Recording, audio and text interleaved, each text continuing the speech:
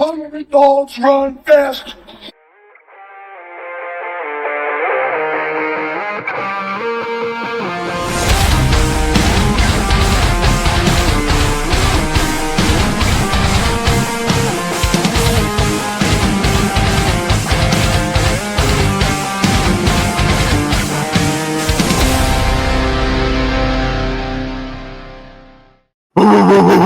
What is going on, guys? Welcome into my cat's least favorite podcast, the Dynasty Dog Podcast, brought to you by Fantasy Football Universe.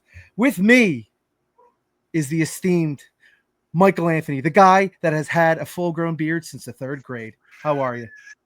Forgot to say your own name. Well, they know my name. Okay, cool. They can tell by the sound of your voice that it's not me. And that is my good friend, Rich McAteer, the man who only fears ants and ants alone. Rich, we let you open up the show. Keep going for it. I know it was a little bit of a change, but today Michael and I each brought 5 players to the table that we are either panicking or really happy about. We'll go through that. We'll go through some injury news. We'll bring up the That Bite segment, Mike's favorite graphic. He's gonna say the word graphic. There it is. There's the graphic on the screen. Said it 3 times. I said it hopefully enough for you.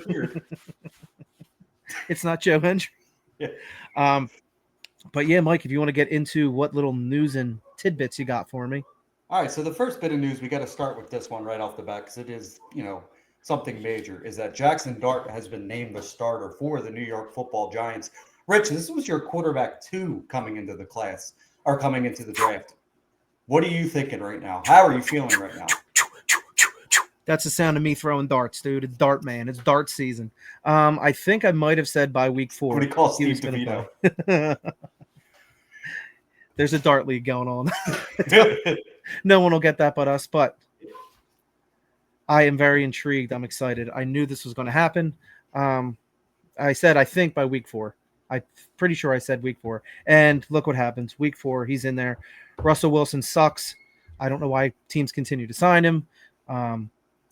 I would have even went with Jameis over Russ. But it would have been more fun probably, except for that one game against the Cowboys 2 weeks ago where things looked solid. Right. I think this is good news for Malik Neighbors and anyone who has Malik Neighbors on their team. Finally. Yeah, I agree. Get the ball. Maybe it spells the end for your boy Wan'Dale Robinson. And I kind of like it still for Wan'Dale. I'm just hoping they throw to the number 1 wide receiver. That's what I'm hoping. Yeah, I think this is good for everyone involved. The only thing I'm afraid of is that it's a tough matchup, man, against the Chargers this week. They have one of the best safeties, and especially, just a guy who can take your head off, a guy who can sack the quarterback, Derwin James, just one of the best safeties in all of football. So this is going to be a real test for Jaxson Dart. You mentioned Malik Neighbors and Wan'Dale Robinson. I am I'm feeling pretty positive about both of these guys going forward with Dart at the helm, especially if they play the way they kind of did in the preseason with Dart, right? Kind of like, dink and dunk, get to the first read, get to the second read, and then that's it. Get things out quickly and then start taking the shots down the field. And I think that's actually really beneficial to a guy like Wan'Dale Robinson, who is a short, quick game operator who can create after the catch. And then you have the explosive guy who could literally do everything in Malik Neighbors. So I think all signs point towards this being a good move for them. It's weary when you give the rookie quarterback the reins who's needed some development, right? It's just with a really bad offensive line, you still have the stud offense, the stud wide receiver, Malik Neighbors. It's just, this could go one of 2 different ways, right? It could go really bad or it could be very good. And it's just, there's going to probably be maybe a little bit of in between, but this is just a tough matchup. Really tough matchup.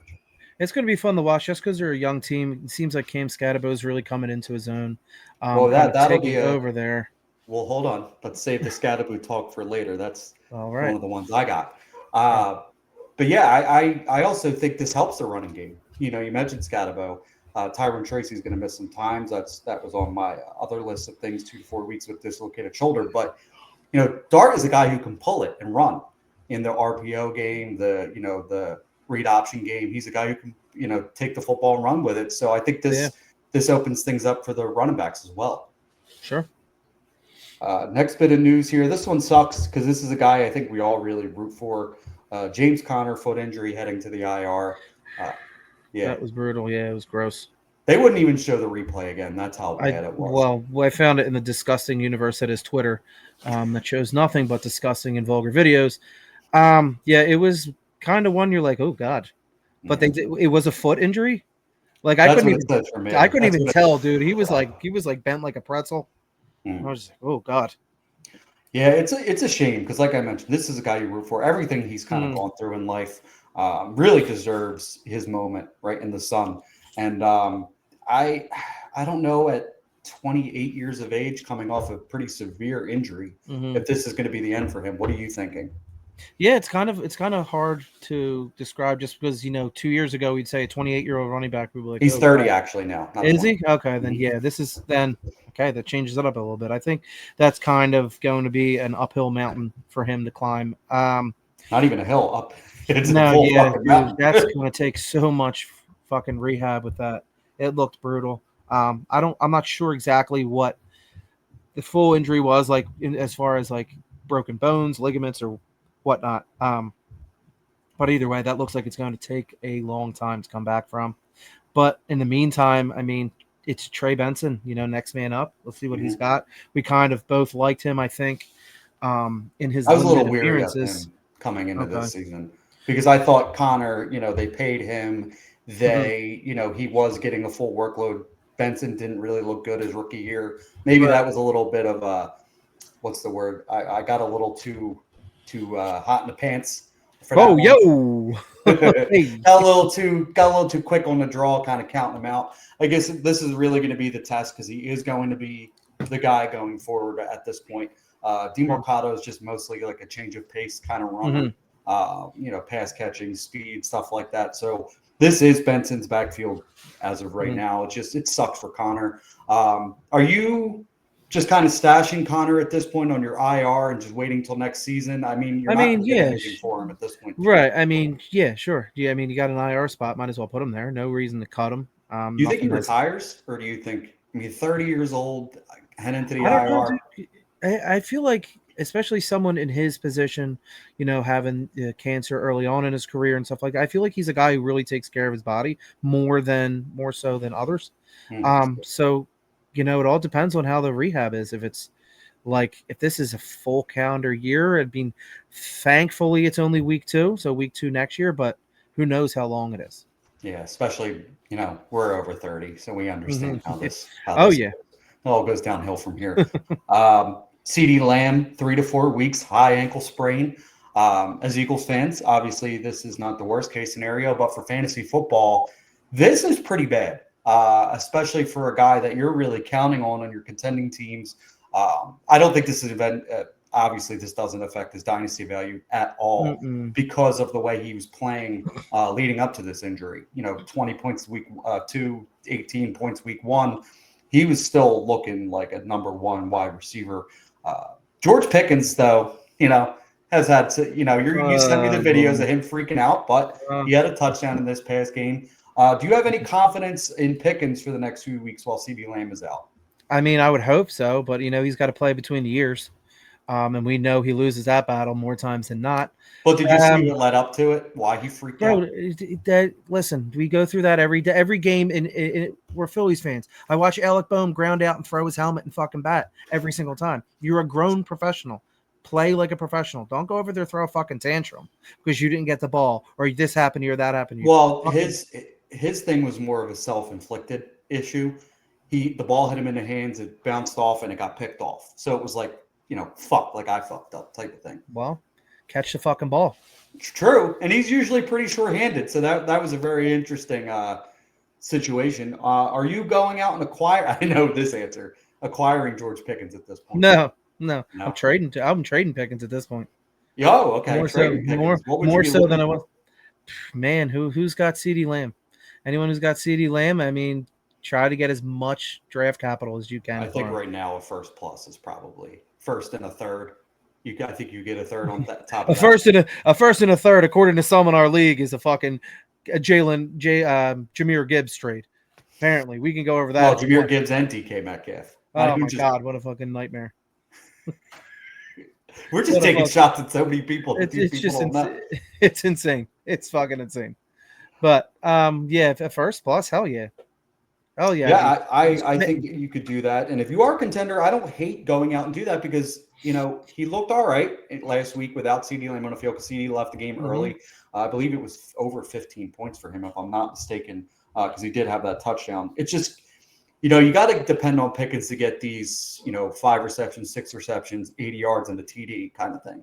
And he's capable of that. Even if he gets you 5 for 80, you're still pretty happy with that. It's just not kind of what we want. We want those explosive plays, which he can bring you. My dog just dropped one of their bones down the stairs. I just heard it go. I thought the world was ending. But yeah, I'm interested in Pickens if I'm a contender, especially for the next 3 to 4 weeks, because that can make or break your fantasy season. We are at the hot and heavy era of fantasy right now, or the hot and heavy time of the fantasy era, and going into week 4. So I definitely want. Especially since Dak's going to throw the ball, and to be honest, I was kind of surprised how Javante's looked. Yeah, and I did go out and acquire Jalen Tolbert in the waiver wire rounds. At least just for these, what'd you say, 3 to 4 weeks? He's going to be the other outside guy. He had a good game last week when Dak went down. So I mean, he's a guy you can go out and try to get for peanuts in a deeper league, especially with these dynasty leagues being so deep. Or even redraft too. He's probably available. Yeah. I picked him up in most, dude. Like most of them. Like a few leagues for some reason I haven't said anything. They're like, there's no waiver order. There's no waiver wire. So it's like every day you could just go out and acquire someone. Really? I don't know if you've ever come across this. No. I think it's one of my redrafts. It's just like every day. It's like a free for all. Yeah, it's like got the green plus, and I'm like, dude, I'm up at 5 a.m. getting ready for work, taking a dump, and I'm like, oh fuck yeah, got him. Just hungry to get Bo's all the fucking. I work while they sleep. Like we mentioned earlier, we touched on it. Tyrone Tracy dislocated shoulder, 2 to 4 weeks. That's a shame. This is a guy, good change of pace back, converted wide receiver. We'll talk about Scatabo here shortly, so we'll leave that alone. Mike Evans, hamstring injury to miss multiple weeks. This sucks, but the emergence of Emeka Egbuka at this point really can't be denied. That's like the shock of the century, I think. Really a shock, or yeah, but I mean, I didn't expect him to take over like this. I thought it was going to be Evans, Godwin. You know what I mean? Like they were going to be taking all that. Now it has not been that. So yeah, I kind of foresaw like a JSN Roma Dunze year 1 for him, where it's kind of slow, sporadic, slow. Just like he'll have a couple games here and there that'll be like, oh, there he is. But he really has been a very dependable number 2 with Mike Evans. And now, I don't know if Godwin plays this week. I think he's questionable. So we'll see. He might end up being the number 1 in a pass-heavy offense for Baker Mayfield. And going against an Eagles team who just lost Jacorian Bennett to IR among. He sucked anyway. Right, dude, he was our better option than fucking Adoree Jackson. And Keely Ringo. They both stink. So who's going out there? You know what I mean? Yeah, they might look at fucking Stephon Gilmore. I mean, it's a vet. Dude. Yeah, I don't know. Maybe C.J. Gardner-Johnson comes back again. Yeah, right. Yeah. I am very shocked. Like I said about the Emeka. Do you think Evans is a good buy right now? Because it's been a relatively slower start for him. Obviously, now he's injured. He's going to miss a few weeks. Is there any part of you that wants to get in now, because the price is definitely taking a dip because of the injuries, the age? People are going to think, this hamstring injury could linger as an older wide receiver, something that could last a few weeks even when he comes back. Would you offer like an early second out there to see what happens if you're a contender who just happens to have someone second that would be considered early? I mean, if you're a contending team, then I mean, draft picks are pretty much irrelevant right now. You're trying to go for it all. And a guy who still put up, teens numbers. So, yeah, why not put him in the flex? Yeah, put it. Well, you're going to stash him on not the IR, but your injury spots, your IR. But he's not going to go to the IR, I don't think. But it seems like it's Emeka Egbuka's wide receiver room. But next one here, this, speaking of, a rookie getting his time really now, Najee Harris, torn Achilles. He's going to be done for the season. That's rough, dude. It is. This dude has had a shitty year between the temporary blindness, tearing his Achilles. It's been a wild ride for Najee Harris. He was getting some run. He looked okay. I think the running game in general in LA has been a bit of a disappointment up until last week. The run protection has not been good. How are you feeling about Amari in Hampton right now? He wasn't one of my confidence or panic meter guys. So I guess we'll just throw him in there real quick since we're talking about the Achilles tear. Are you confident in Amari and Hampton going forward? Well, real quick on Najee Harris. I mean, I was reading a bunch of tweets about him, and one really stood out. He played his entire career on natural grass, and then goes to LA where they have AstroTurf or whatever you want to call it. He's also never been hurt in his career before, right? And they say your body kind of gets used to the playing on natural grass, and there's no give on AstroTurf. So I'm kind of wondering, it's like, when is enough? New York is an absolute shithole and like ACL eater, Achilles eater when you go up there, dude. It's insane. Now you got, out in LA, they got the brand new bazillion-dollar stadium, and you're playing on fucking pieces of plastic. Come on, you know what I mean? Yeah, I've seen some football players say that as well. It's that they true. Want the natural. I forget who said it recently. Somebody said it recently. It's like you grow up your entire life playing on natural grass, and then for some reason you're playing on turf. It's and probably cheaper. I imagine. I bet you it's cheaper. I've played on turf before, and it's like sucks. It's like running on fucking concrete, and then you get tackled on it, and they got the turf beads, and you're just oh my god, they're the worst fucking things in the universe. It's like sliding on the fucking concrete. Yeah, but they never played baseball in Fishtown before in the rocks, so they don't understand. But and fucking needles. Yeah, among other things. But yeah, it is a shame. It sucks for him. But he has been the model of health too, like I said. Yeah. Besides what do you think of Amari insane? Dude, there's no one. Who the hell else is there? They got Vidal, and Haskins, I believe, is the other guy. Hassan Haskins, yeah. Mm-hmm. Okay. I was gonna say Dwayne Haskins, but never mind. Rest in peace. Jeez. I forgot about him. Yeah. No, I think it's kind of his time to shine, dude. I think it's going to be,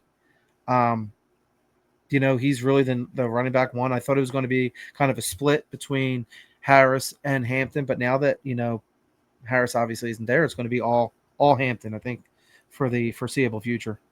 Yeah, he had a nice game last week. He had a touchdown. There was one thing that really stood out to me, and I know this is something you're going to be a fan of as well. After he scored that touchdown last week, I saw him on the sideline, helmet off, just high-fiving every single person that, after he scored, offensive line, all those guys. Yeah. You want that at a rookie because it shows like, hey, thank you for helping me out, obviously, because it's not all him. So that's something we like to see. Sure. And Omarion has been taking a brutal beating on Twitter, from even he hasn't played the best, but this week he looked good. I'd be going out and just, testing the waters on him in Dynasty just because there has been a little bit of a slow start for him. But I think people have smartened up to these rookie running backs, especially ones that have been taken in the first round. It's going to take a little bit of time. Yeah, for them to get their feet wet. But he's going to kind of have it ramped up just because, he's going to be the guy now. He's got no other guy to change up the, the pace or, sub out for him. So we'll see. It's been a little weird for all these rookie running backs starting wise. Like Judkins had the late start, but he's looked good. Amari and Hampton and Genty haven't really, taken over just yet. Travion Henderson, still waiting for that to happen. I thought, Stevenson did fumble this game away this last week, so maybe the tides start to change. But it's Caleb Johnson looks absolutely disgustingly awful. Yeah. So RJ Harvey really hasn't. I was gonna say RJ Harvey hasn't done shit.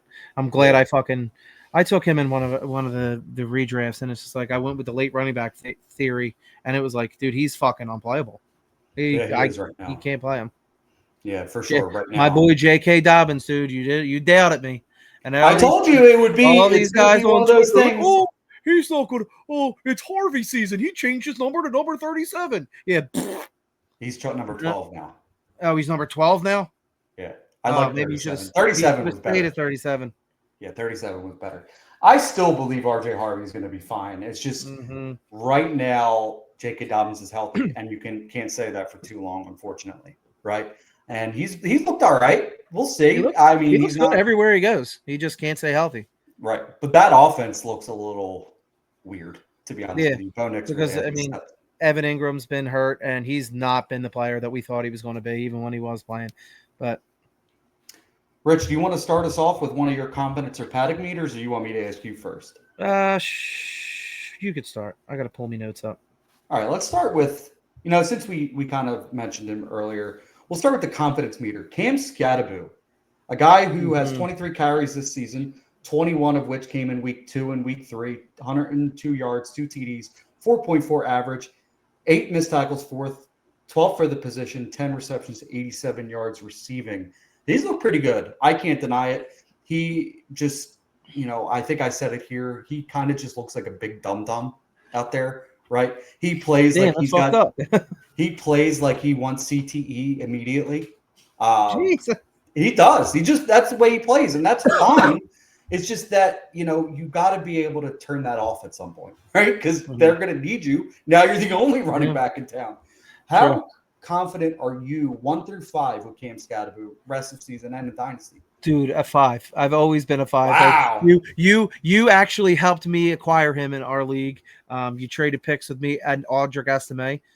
I hope you love him. I hope you're treating him kindly. I took him. When did I take him? The second round? I think I moved up in the second round. Yeah, I was trying to move back for something else. I don't remember. Because I just knew that he was going to take over eventually. I knew that, Jaxson Dart was going to step in there. Now you got Dart, Scatterbo, and you got Neighbors. This Giants team is like Wandale very Robinson. young. Let's fucking relax. Yeah. Okay. Oh yeah, Wandale Robinson, a household name. Jalen Hyatt. Let's mention him. That's your guy. Would you like to mention Devin Singletary as well, dude? He's doing pretty well. No, but he's a guy that I knew was going to take over, and now this injury, another man's misfortune and is another guy's fortune, and unfortunately, he's going to be getting the reins because someone got injured, and he doesn't stop, dude. He runs like a bulldozer. He just keeps going, and it's awesome to watch. It sucks because he's on the Giants, but it's like awesome to watch him play. Yeah, since he's a halfback, I'm going to say 3.5, half point. Tee. I think he's got workhorse potential because of the pass catching, because of the strong running, the pass blocking. I think he does all that extremely well, right? It's just that, does he have the wiggle to kind of be a consistent force, right? And that's kind of been a question for me. And that's, he looked good this past week, though, so I can't deny it. That's why I'm at a 3.5. Is this a guy you would give up 2 seconds for? Because you drafted him in the second round last year, or in this past draft. Would you give up double the seconds? Would you give up a first for him? I would give up double seconds for sure. Double seconds? Because to me, a double second equals a first, essentially. That's how I kind of, in my brain, process the math. What, like 2 in 1 year, or 1 in 1 year and 1 in the next? It just depends. Yeah, you could either 1 in 1 year, 1 in another, or 2 in the same year. To me, that equals a first. That's just how in my brain it operates. I never thought it might not be. Way, but... Yeah, it might not be the right way to think about it. That's how in my brain I've always comprehended it. But would you give up? I mean, you said to the 2 seconds. Would you give up a first for him? I'd have to probably. I'll be honest. I didn't do too much deep diving into who's coming out. I mean, I'm sure there's not many. There's a few guys in the running back class that I'd say, is he better than him? And me, for instance, I'm a contending team. So am I going to be like, well, is my 112, 111? Last year I had 111. Is that going to get me one of the top running backs? And is he better than Scatterbo? And I would have to look. Yeah. Whoa. Why is this playing? There was an ad playing in the background for me. He was stay off Pornhub.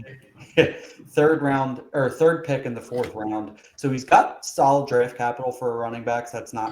We'll take that. You're gambling on, an unknown plethora of running backs that are coming into the 2026 class. Who knows what draft capital they get? And this was a running back class that we all considered very, very strong. So a 4th round running back in this class feels like a good investment, especially if you're a contender who, he now takes over that backfield. So I would be good with giving up a late first or 2 seconds. for him. Rich, who do you got? So I think I did mine a little differently. I have 3 guys here that I'm panicking about, and 2 I'm confident in. So Okay, that's fine. how would do you want me to do the way you did it? You know, So what would your panic and confidence meter? 1 being you're panicking, 5 you're confident, obviously, on CJ Stroud. Oh, panic. That's a hit the fucking alarm on that one. Oh my god. If we did it my way, it would be a 5 on the panic meter for that. Oh, okay. I should have described this better to you. So. Yes, you should have. So 5 I was confident, not panicking. No, I did 2 different meters. Okay. 2 different meters for me. It's a 5 out of 5 panic for me on CJ Stroud. I would say 3 of that is on the offensive line. Who would have thought trading your best fucking tackle to the Washington Redskins or Washington Commanders would screw something up? Who would have thought that? Listen, if you would have, and I guess we got to give pats on back here, as Lionheart would say. Remember him? Yeah. The Pokemon opener. Big fan, by the way. If you hear us, just let them know we're big fans. One of the things I said on this podcast before, and this was Stroud's rookie year, while I had him ranked really high, he was a guy I wanted to tear down from to like a Justin Herbert. If you could have gotten Herbert and a first to get Stroud at that point, you'd be looking like a fucking maniac right now. You'd be just, if you got Herbert, you'd be looking like a fucking wizard. Yeah. Now you're like, oh God, what the fuck, dude? It's bad in Houston right now. They'll let one of the best safeties go this week. They do seem to be in a panic themselves. Just that team in general. Higgins, they're not using him a whole lot. I don't understand what's really going on with that. Nico had a nice game this past week, so I think he'll be fine. He's a number 1. But Stroud, man, it's hard to qualify in fantasy football the quarterbacks who don't offer much, if any, upside of rushing, right? Mm-hmm. He's one of those guys who's going to have to throw for 40 some odd times that, isn't going to give you any rushing. Like Herbert, he'll do the same, but he'll rush maybe 2-3 times. At least you'll get something out of it. Cam Ward, same kind of way. Bryce Young, same kind of way. Stroud doesn't really offer any of that. And he's in that pocket of like Joe Burrow, but Joe Burrow is obviously one of the best quarterbacks in all football. So it's really tough to depend on him right now. So I'm at a 5 panic. What if you were 1 through 5 panic, what would you be at? Dude, a 6, dude. I just pretty much wrote like little tidbits of what I wanted to kind of touch on. I'm like, I got him as being borderline unplayable, dude. Mm-hmm. He's a fringe 2 quarterback when he's supposed to be a number 1 and looks like shit. He's got 3 picks in the first 3 games. He's not really throwing the ball all that well. He's kind of like middling. It's like I think he had 200 yards, a little bit over 200 the first game, 200 the last game, and I forget what the middle game was. But he kind of just looks like a complete shell of himself, or he looks like a guy who they have film on. They kind of know what's coming from him. So yeah, right now, dude. So in redraft, I took him first, and I took Drake May as my backup. I had 1 game with CJ Stroud, and I'm like, fuck this, dude. I'm going to. I mean, I got to eat the fact that I took him way high, and start Drake May because he's just not giving the points. I think he was about 18 or 19 points a game.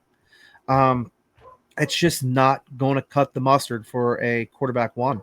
I think it's even worse than 18 or 19 points a game. Is it? We'll check that right now.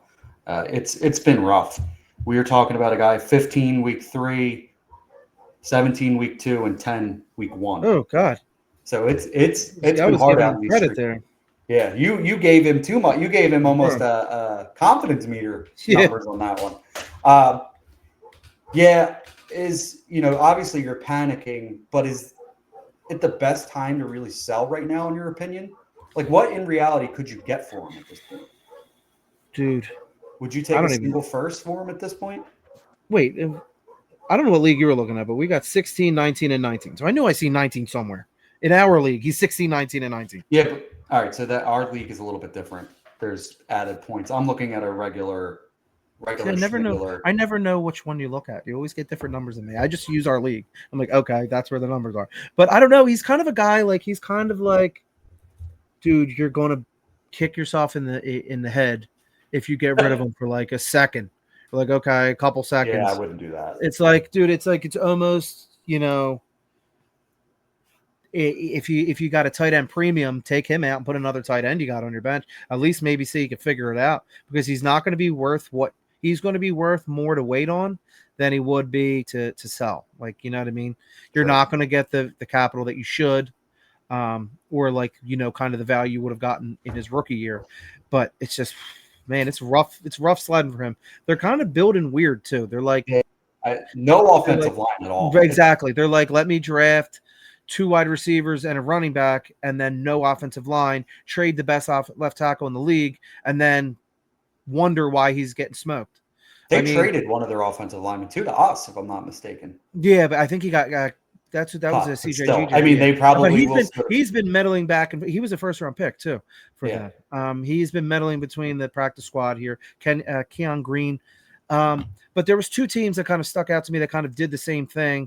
It's CJ Stroud and it's the Chicago Bears with Caleb Williams. They both had shit offensive lines, and you've seen one go out and acquire 4 offensive linemen, one being an all-pro, and then you got another who traded away your best left tackle, and then you see the kind of the results. So last year, Caleb Williams got sacked 68, 69 giggity times last year. I call it one less than a giggity amount, 68. He was on his ass, seemed like 4 or 5 times a game. Now, dude, he's lighting the fuck up, especially last week. So, you got they kind of took it and were like, let's do the opposite.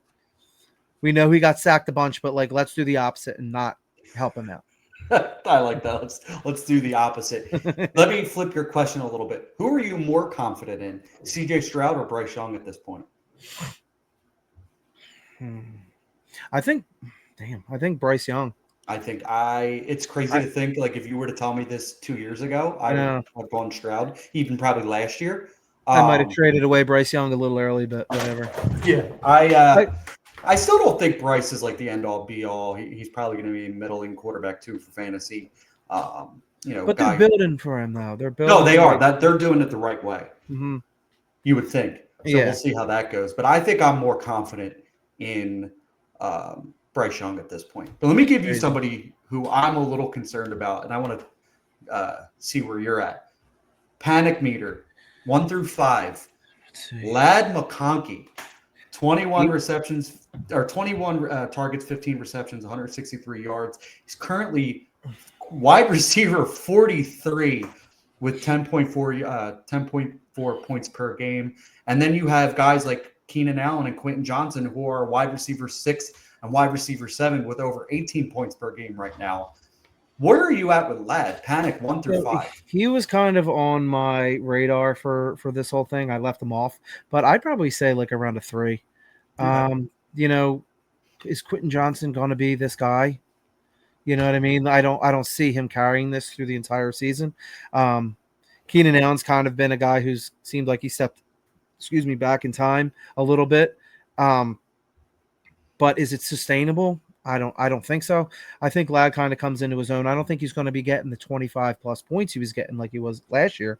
But I mean, if he can get you, between 17 and 19 points, I'd be okay with it. I'd be happy with it. That's kind of where I kind of expected him to peter out at.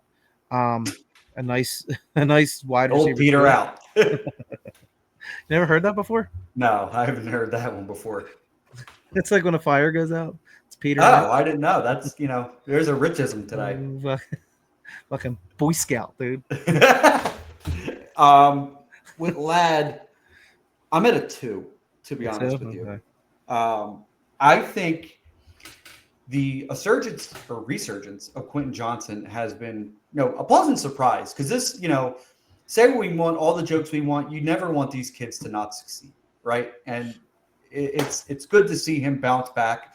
But it's been a lot of big plays for Quentin Johnson. It's been 17 yards per reception, 14.2 ADOT. It's 3 touchdowns. It's been a lot of big plays. Those are not always going to be there, right? That's not always going to be the bread and butter. Then you got a guy in Keenan Allen who does have a lot of history with Justin Herbert, and it's looked really good these first few weeks. I can't deny that. But I still believe in Ladd McConkey. It could be a 1A, 1B wide receiver with whoever, right? And, maybe it ends up being him and Quentin Johnson going forward, after Keenan Allen's done. Maybe that's the case. But this is a guy who can absolutely route you up at just an easy target earner type player, right? I agree with what you mentioned. 18 points per game just seems like a real possibility for him week in and week out. It's been a much slower start than even I kind of expected. So that's why I wanted to put him on here, because it's been rough. It's been rough starting him in leagues, especially when you've got two other wide receivers out there that are just absolutely going balls to the wall, wide receiver 6 and wide receiver 7. And then you see, hey guys, it's me. Like, what's that meme from The Office? And there's that lady pops up behind the guy. He's like, oh fuck! Like, that's Vlad McConkey. It sucks, but I still believe, that's why I'm at a 2, not a 3. I've seen some trades. I was looking at Dynasty data. His value's kind of all over the place. So this is kind of where I was going with this. Is I want to test the waters to see how people are, feeling about Ladd going forward. I've seen him go for Benson straight up. Trey Benson, the running back for the Cardinals. I would take Ladd a million times on that one. Travion Henderson straight up. Now that's where you get into the dilemma of young running back with a whole lot of promise who hasn't shown anything yet versus a young wide receiver who's shown a lot of promise. Depends on what trajectory you're trying to go in, but I'm taking Ladd there as well, even as much of a fan as Travion as I am. And then you've got 2 firsts for Ladd McConkey. So his value is just like all over the place. So I'm going to test and see where he's at, where people are at with him. Is there anything there that stands out to you as trade value-wise? That's the 2 firsts, I think. I think that'd be solid. Be a solid return. Because, I don't think he was a first-round pick when he was drafted. He was an early second. Yeah, okay. So you mean in rookie drafts, he was either early second or a late first, just depending on your leagues. And then he was an early second-round NFL pick. I was confident in taking him in the first round just because I really like the player and I like the landing spot. That's how much belief. And maybe that ends up biting me in the long run because maybe it's the size that ends up catching up to him. Maybe it's the Keenan Allen, Quentin Johnson effect. But I still believe this guy is a high-end wide receiver 2, low-end wide receiver 1 for fantasy football.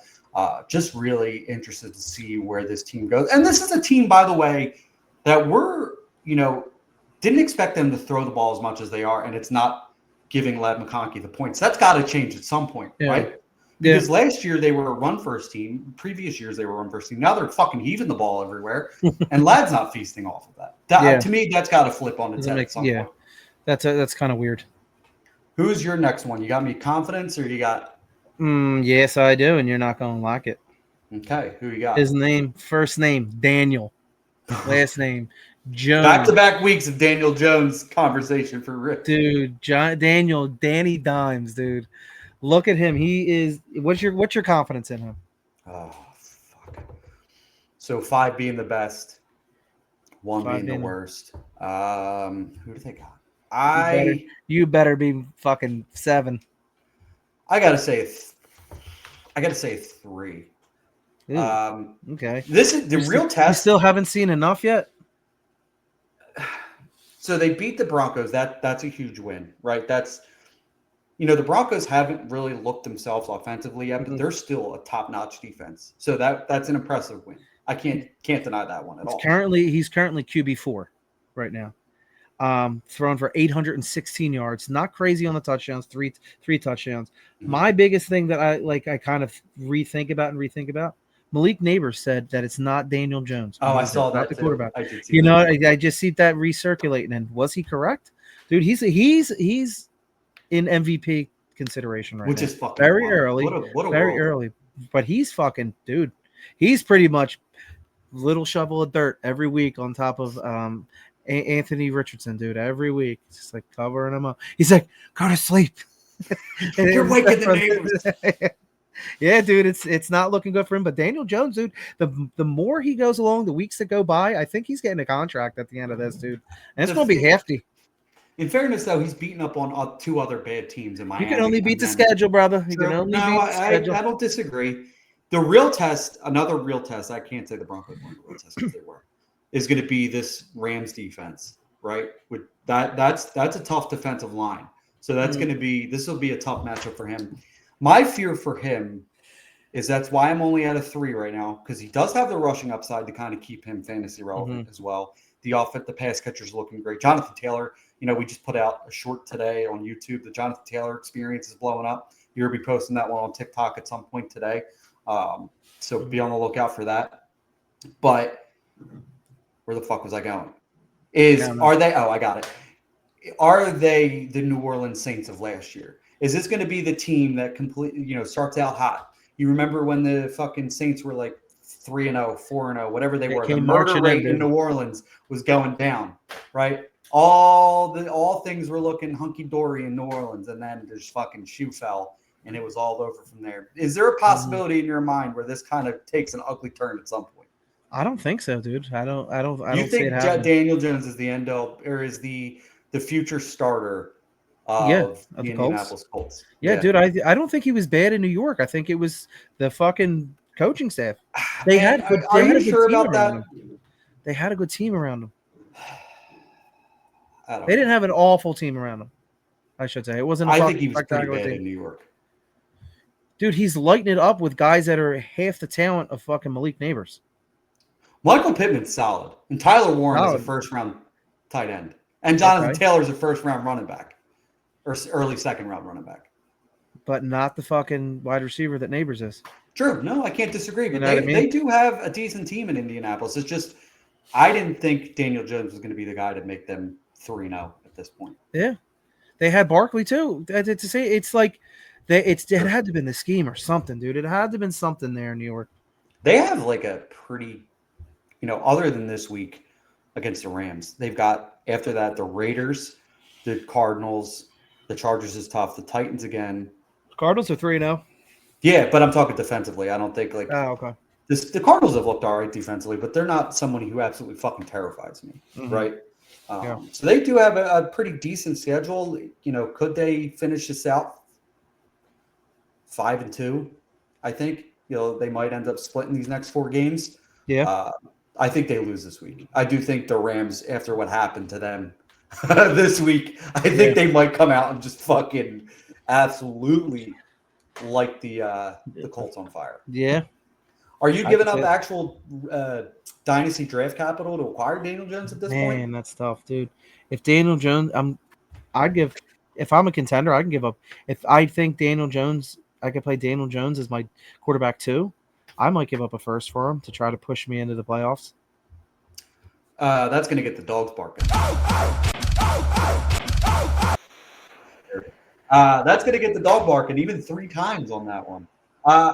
Listen, it's kind of getting hard to deny that. Might be the starter for them going forward. He beat out a first-round quarterback to get the job. He's been in the MVP conversation so far this year. I hate to admit it, you might have been really right on this one. But just crazy how right you actually were. That is correct. There's one thing of him beating out Anthony Richardson. It's another to be in the MVP conversation. Hey, dude, it's weird, but hey, it's a weird league. It's a weird year. All right. Well, Rich, I'm going to ask you another panic one, and this is going to be a big your guy. And we gave you the alley-oop on that one. You looked really good. Now I got to bring you back down there for a second. Oh boy. 1 through 5 panic. Chase Brown. We're talking a guy right now, 47 carries, 93 yards, 1 touchdown, 8 receptions, 43 yards receiving. He has an average of 2 yards a carry right now. Yeah, he's not looking good right now. I'm probably at a 4. I don't know what to say. It's not all him, by the way. Let's be fair, it's too. And then you got the Jacob Brownstone or whatever the fuck that guy's name Browning, is. Yeah. He's not a tire. That's Firestone too. Is it? Oh. Yeah. Oh, Brownstone's a pancake factory in New Jersey. Well, that's weird. I had never heard of it, but I went there. It's awesome. Yeah, it's not all him. He's just got to get it going. I do believe he's going to get it going at some point. He's not coming out of my lineup just yet, but he will be soon if he's not, have a fire lit under his ass. Yeah, he's going to have to, man. Again, can't blame it all on him. The offensive line is not great, obviously. You got a backup quarterback in there. That means they're going to stack the box and try to make you throw the ball. So you can't blame it all on him. But this was one thing I really worried about him was how would he look running in between the tackles, being the end all be all running back in that offense. And it's been a struggle so far. I'm also at a 4 with you. I just do think he has the explosiveness to, eventually kind of bounce back from this. And Joe Burrow's obviously going to be back at some point in several weeks. I think it was 2 months we said last week. So, I think this isn't the end for Chase Brown, but it's not looking good. And if it continues to be bad, it wouldn't shock me if the Bengals take another running back next year. Yeah, I can see that too. They also need to address the offensive line, but they never do that. Right. That's the Houston Texans way. For real. Who do you got? I'm going to go with one of the wide receivers. We got 2 wide receivers on here, but how about that Brian Thomas Jr.? He's currently on my list too. 53rd wide receiver with 7 catches. I have him at 56. I have it points per game wide receiver 56. Okay. You have probably total points.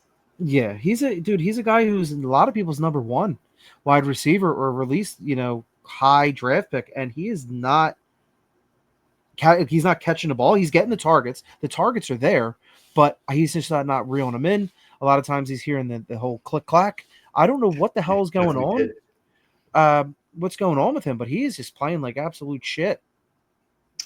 I 1000% agree with you on this one. I'm not at a full. I'm not at a 5 yet. No, yeah. Because he is a young wide receiver. He's an explosive wide receiver. 24 targets with 7 receptions. Just doesn't sound right, no matter what way you put it. Sounds like he's getting the most targets on the fucking team. Yeah, he's 16th in the league in targets right now. Jesus. So, Christ. He's getting decent volume. It's not, adding up to receptions. It's right. 3 drops that was also going to put you on the ass end of a benching too, right? Mm-hmm. I don't think that's going to happen, but it's just for fantasy wise, it might if it continues this way because he, like you mentioned earlier, the footsteps. There was that one play 2 weeks ago where he had a ball across the middle of the end zone, I think it was, where he definitely heard that safety coming and just kind of just put his one arm out there. He was not willing to take a hit. Again, not going to put it all on him, but Trevor Lawrence doesn't look good. They don't know what to do with fucking Travis Hunter. It's basically just the Travis Etienne, Bajal Tutin show and the surprise appearance of Parker Washington every now and again too. Yeah. But your wide receiver 1 being as rough as it's been, I'm at a 3 because I'm with you on a 3. I didn't give a number, but I'm on a 3. I can't go higher than that because I've seen it. I've seen right. You mentioned he did it with Mac Jones. He didn't do it with Trevor Lawrence. We gotta fucking chill with that because Mac Jones ain't doing shit right now. He's looked all right. Well, I mean, hey, they're 3-0. I don't know why I said that. I don't know, man. I refuse to believe it's going to be as bad as it is, this year and going forward for him. He's probably somebody out there, in the lad area where I am going to, test the waters to see where people are at. He's also somebody I don't have any fantasy shares of, right? No, neither. So I would be interested in acquiring him, especially since his price has definitely had to have taken a hit at this point. Yeah. Yeah, I'm with you on that. It's just it's one of those things I think too. I say it time and again. It's the second year effect of them having tape on you, and the same old tricks that you used last year aren't going to work this year. Yeah, for sure. Teams game plan around you. So. Oh yeah, absolutely. Let me give you one confidence meter 1 through 5. Rich, this wide receiver had a total points of 1.8, 7.7 in week 2. And 22.9 in week 3. How confident are you that he's going to keep it going the next few weeks? That is going to be one A.J. Brown. Oh, Lordy in heaven, please be fucking. I don't have. It's not him. I tweeted out earlier. I tweeted during the game something about Kevin Patullo, and I'm like, this is the reason why A.J. Brown is unplayable in fantasy. And then he proceeded to have all those catches and the touchdown, which I think I got that into fruition. But, I don't think it is on A.J. Brown. You've seen him. Goes up and bullies the ball. He gets the ball every time it's thrown in his vicinity. He rips it out of the defensive back's hands. It's just they're not drawing up the schemes to throw the ball to him. They're running the ball on 3rd and fucking 16, which makes no goddamn sense. Yeah.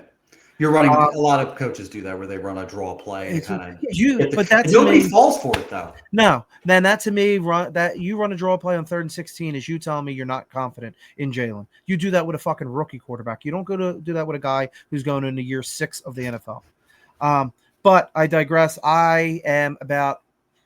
I don't know how to say like I'm at a 4 like of panic. Confidence-wise? No, confidence. Like, no, I'm not. I'm a 2. Just because it's not him though. It's not that I'm not confident in him. I need to see more schemes for him. It's not like he's getting Brian Thomas, targets and he's not bringing them in. He's not 7 for 24. I would say he'd be fucking 23 for 24. If he's getting those types of targets and that type of volume, then I'm elated. I'm a fucking million. But since I'm not confident in the way the scheme are drawing up, I don't know if I could play him. Like if he didn't have the game that he did Sunday, I'd have to sit him. Yeah, I couldn't disagree with you at all. And I'm kind of surprised you went with a 2 confidence because you're usually, pretty high on our guys, right? And I love AJ Brown, dude. He's my favorite Eagle, but it's like, damn, dude, it's not on him. It's not. I don't have the confidence. I'm panicking with the offensive coordinator, the offensive scheme. Can I interest you in a confidence of 4 for me? Hey, dude, I would love it. Yeah, because we saw – so they always say you got to run the ball to open up the passing lanes, right? Well, that ain't working right now because the NFL knows that that's what you're doing. Then they finally took the training wheels off in the second half of that football game last week. That's got to continue. Yes, dude. If we see first quarter football Sunday in Tampa, the way that they did the last half of that game – going to carve us the fuck up. Yeah. I mean, we're missing fucking cornerbacks. But if we come out gunslinging like that, dude, my confidence is a fucking million for him. Yeah. But if it's like the same corny ass plays and you're like, fuck, dude, they reverted, then. Yeah, I'm at a confidence of 4 because now you've seen what we've been wanting to see from him. Yeah. Right. He's 28, if I'm not mistaken. So he's still right on that age cliff. But he's a big physical wide receiver. I think, the Tampa secondary is a little suspect as well. So this could be another good week for him. And his price point, even coming into this season, he was a mid-4th round startup pick in Dynasty drafts. His price has probably dropped even more after the first 2 weeks. So if you can get AJ Brown for a late first right now, I'm going to pull the trigger on that. I'm not fully convinced that we see this offense, continue the way it's been the first 2 weeks. We also got to remember, and we preach this a lot, he was injured coming into week 1. Devontae was injured most of the offseason as well. So these guys are still getting, ramped up for the season. I'm a firm believer that he can keep continuing this, 20-point game that he had this past week. Is he a guy who's probably going to give you 20 points or 22 points per game? Probably not. He's going to be a guy who's going to get you 18 to 20 because he's going to have these explosive games. I am fully confident that AJ Brown can continue on this success. So I'm at a 4. You're at a 2. I'm hoping you're right. Split the diff and call it a 3. Okay. I'm with you. I'm hoping. Who's your next one? So is this your 5th? Yeah. Okay. I got Jahmyr Gibbs / the Detroit running backs room in general. They got two top 10 running backs in David Montgomery and Jahmyr Gibbs, and these are guys that kind of people were freaking out. Oh my God, Ben Johnson's leaving. Ben Johnson left. And Jahmyr Gibbs has been running the ball all over the goddamn place, jamming it down the throats of the Baltimore Ravens. Pause. Along with David Montgomery, who looks like a David Montgomery of old. I think it was a myth that they would not be able to run the same offense without Ben Johnson. I forgot what's the guy's name that's there now. God bless you. Thank you. I forget his name. They brought him in. He's from the same system. So he's been indoors or in this system for a while. I'll look it up. Right. So he's, kind of run the same type of scheme. It's not going to look exactly cookie cutter as Ben Johnson. They're not. I haven't seen any flea flickers and all the crazy shit. Okay. But, I'm not. I'm at about a 5. I'm about as high as I can be on Jahmyr Gibbs and the running back room there. I think Jahmyr Gibbs could finish running back 1 this year. He's currently 4, I think. Currently 4. He is. He's. I Normal think leagues, he's running back 4. Yeah. And then what's his name is 8. David Montgomery's 8. So after this it's past week, because he was hauling ass. It's crazy, dude. And as long as he could stay on the field, I think this running back room is as good as, if not the best in the league. Mm-hmm. Yeah, I agree with you. This was your confidence meter, right? You're a 5 for them, is what you're saying. Yeah, there's no reason it should be any lower than a 5. Jahmyr Gibbs is one of the most electric, I almost quoted The Rock, the most electrifying man in sports entertainment today is Jahmyr Gibbs. And then you got David Montgomery, just the quote unquote lunch pail guy, just continues to win between the tackles. Also like an underrated pass catcher too. I think that's just an underrated part of his game. But Jahmyr Gibbs is lightning in a bottle that, they finally, the first week it was a good one, 15 points, and then it's 19.4, and then it's 26.9. It's just, you can't feel any less confident in this backfield, the tandem backfield of, you could start either one of them and should feel good. Gibbs obviously could be your running back 1, and Montgomery can be your running back 2 because they offer different skill sets. But I feel confident in plugging and playing either one of these guys. Jahmyr Gibbs is probably the hardest to acquire in Dynasty just because of the age, just because of what we've seen. We're not sending low ball offers out there for Jahmyr Gibbs. You can't do it. You'll get punched. David Montgomery, on the other hand, is an early second kind of guy, right? He doesn't have the same kind of skill set as Jahmyr. He doesn't have the name value as a Jahmyr Gibbs. So he's a guy that, you're right. This is probably a good time to invest in David Montgomery. He's RB2 flex play, here and there, and you'll be fine with that. I like that call out by you. So that was your last one. Since we have a few more minutes, I have a couple different ones if you're ready. Sure. Panic meter 1 through 5, man. It's getting kind of hard to defend this guy, and we can't blame it all on him, but he's got to take some credit for what's happening. Marvin Harrison Jr. Panic 1 through 5. We have 16 targets, 10 receptions, 142 yards, 1 TD, 2 drops. Half of his receptions and yards came in week 1. So he hasn't seen shit else for the last 2 weeks. Wide receiver 45, 10.1 points per game. Rich, 1 through 5 Panic. I'm at like about a 4 of Panic, dude. I don't know what the hell. They're not really getting off the ground with him and Kyler. Or I don't know what to say. You know what I mean? He's had a handful. Let me pull him up. 6, 5, 6 in targets. So it's like 6 targets, 5 targets, 6 targets. So it's like kind of like, he's seeing some percentages of the targets. He's been on the field 80% of the snaps. He plays 90%. He plays, every snap almost, and it's like they're not getting him the ball. So it's like you took this guy that high. What are you doing? He should be your bell cow wide receiver, your star, your golden fucking goose egg, and he's giving you nothing. He's giving you a goose egg almost. Yeah, he's giving you the fucking in the Willy Wonka when the egg is there and it's a bad egg and like and it fucking drops down the fucking hole. That's what it is, dude, and it's upsetting because it's like fuck.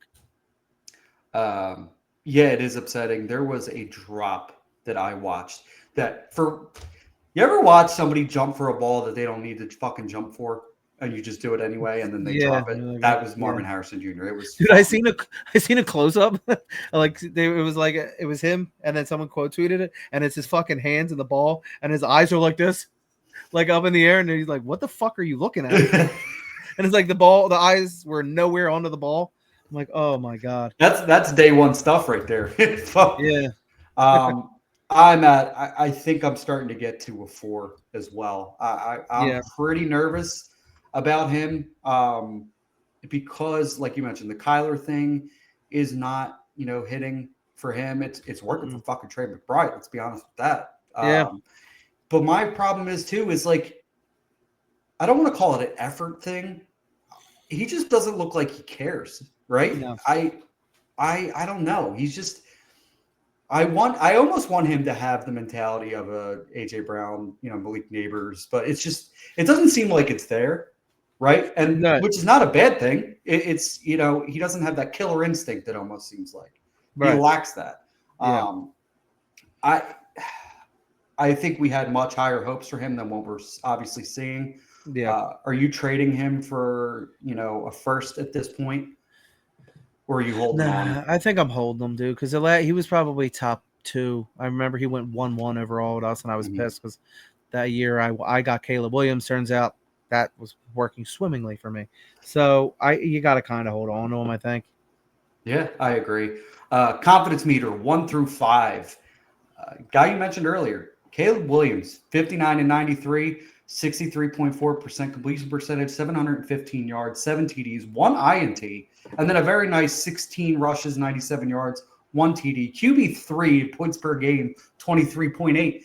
1 through 5, confidence. What are we doing right now? Fucking confident as hell. 5. Yep, 5. And that's what we've been saying. That was a People come are out freaking game. the fuck out. Yeah. That Man, game that was a come out game for him, I think. That's what I've been saying. I've been trying to preach it all off season. They brought in 4 new linemen. This is what happens. He's playing behind a good line. New system too. He doesn't have fucking Mike Flieberflus come back there, Don Flieberflus, whatever the hell the dude's name is. Back there. He's got a fucking guru. He's got wheels up. Yeah, same here. And like I've been mentioning, the rushing stats are there. It's not something, he rushed, he didn't score. So we're seeing that from him as well. They looked like, obviously they beat up on a bad defense in the Giants, but that's what builds confidence. That dude has been getting shit on this whole season. For real. Just because he hasn't been that fucking bad. Just everybody hates the dude for some reason because he's got, he hugged his mom and cried with his mom. I wish I could fucking hug my mom. Let's put a damper on this fucking episode a little bit. Oh, God. But he paints his nails. Who gives a fuck? He's a good quarterback. It's just that people hate him for no fucking reason. Yeah, I'm at a 5 confidence with him too. I'm at a 5 confidence for pretty much. Ooh, maybe not. I was gonna say I almost really fucked up for this whole offense, but it's pretty much the Roma Dunze show, right? We saw some good things out of DJ Moore this past week. Luther Burden took off. He had a nice touchdown. Flea flicker. Colson Loveland, you mentioned last week, found out he had a game on Sunday, so he showed up. He sure did. But DeAndre Swift might actually really fucking stink. He's probably one person in this offense I want no parts of. Yeah. So we're both at a 5 for Caleb. I'm giving up multiple firsts for him at this point. Yeah. I've been a firm believer. 101 rookie draft pick from a few years ago, 101 in the NFL draft. He's going to have staying power, right, because of that.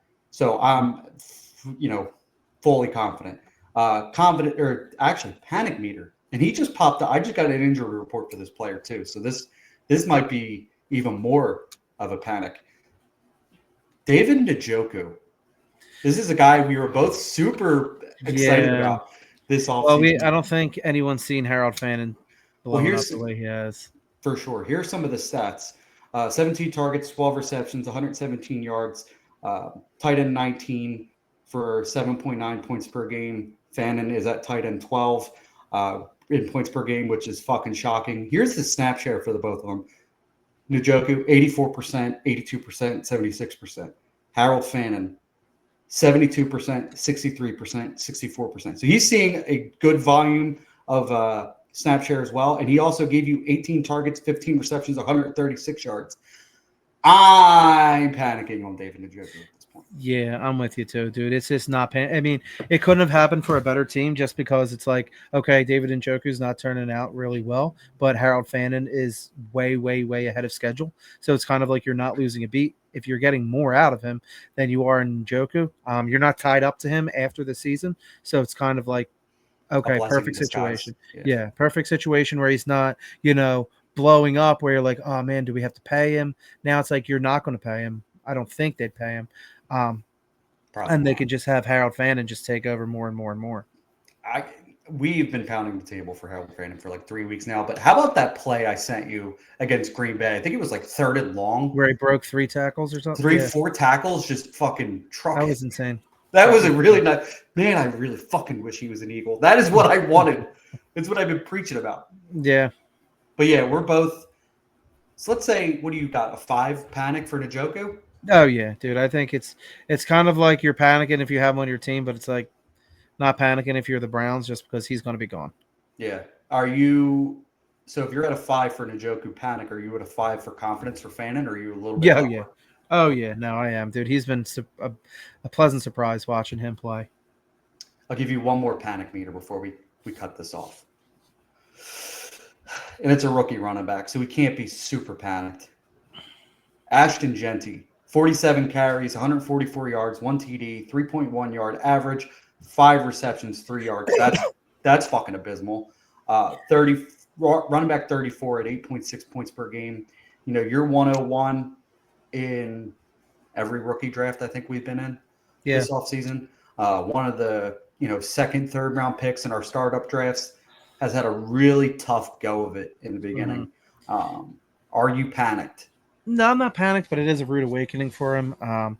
He's not playing fucking Appalachian State, so it's like kind of like, okay, you're playing real NFL players. Mm-hmm. So I'm not panicking, but he's got to step up quick. Yeah, I'm not panicked either, to be honest with you. I'm like at like a 2. I might even be less than that. Okay. We just know the hit. I'm at a 1, to be honest. Obviously, it's not been great. I think this is, a rookie, like you mentioned, a rookie coming from Mountain West to starting in the NFL behind a borderline subpar offensive line, new coaching staff. It's a new coaching staff for everybody. Geno has kind of been herky-jerky, right? Brock Bowers has been injured. I don't think this team is really kind of what I think even you projected to be right now. Right. So I think they will step it up. I'm not concerned about, again, this is a fucking rookie. This is 3 games into his NFL career. We need to relax because I've seen all the fucking tweets. Oh, Ashton Genty, Murray and Hampton look like shit. And all this. It's been 3 fucking games. We got to relax. Right. So I am still, if there's any. We're in a world of instant gratification. So. Yep. If we're in any discount for Genty in Dynasty, I'm taking advantage of it. I think you are as well. Even at a 2, that's still not a whole lot of panic. But again, I think this offense just needs to get going. A couple injuries here and there. It happens. But Rich, that'll do it for this episode. Why don't you take us on out of here? All right, guys. Here at the Dynasty Dogs, we all care about mental health, men's mental health specifically. If you have any issues, we'd rather talk to you than talk about you. And with that being said, unfortunately, rest in peace to Rudy Johnson, a great running back from Cincinnati. Lost his fight with mental health, unfortunately. So, any issues, reach out to someone. Yeah, for sure. Like I've always said on here, just remember you are loved. That somebody out there loves you and cares about you. Rich says it all the time. Rather talk with you than talk about you. But again, for the Dynasty Dogs, for the Fantasy Football Universe, we will see you guys next week. Have a good one. Peace.